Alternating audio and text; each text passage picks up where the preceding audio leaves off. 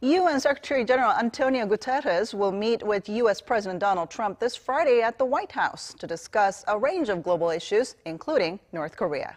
Our Cha Sang-mi has more. U.S. President Trump is to sit down with the head of the U.N. Antonio Guterres in Washington this Friday to discuss global issues, including North Korea. The White House announced Monday local time that the two leaders would talk about the denuclearization of North Korea, the crisis in Syria, and other issues. The two are also expected to discuss U.N. reform. The statement said that the two leaders will also reaffirm the commitment of the U.S. to the United Nations and to improving the international organization's efficiency and effectiveness.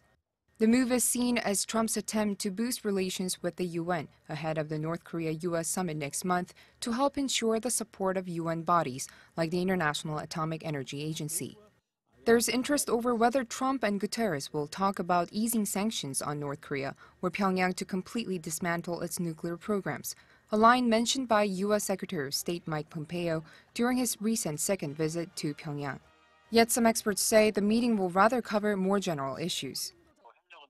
Cooperation is a must with the UN, but when it comes to lifting sanctions on North Korea, the decision is rather made by the United Nations Security Council. It just requires the approval of the 5 members, including the US, China, and Russia. The expert added that as for the independent US-led sanctions on the regime, it is Washington's choice whether to keep them or not.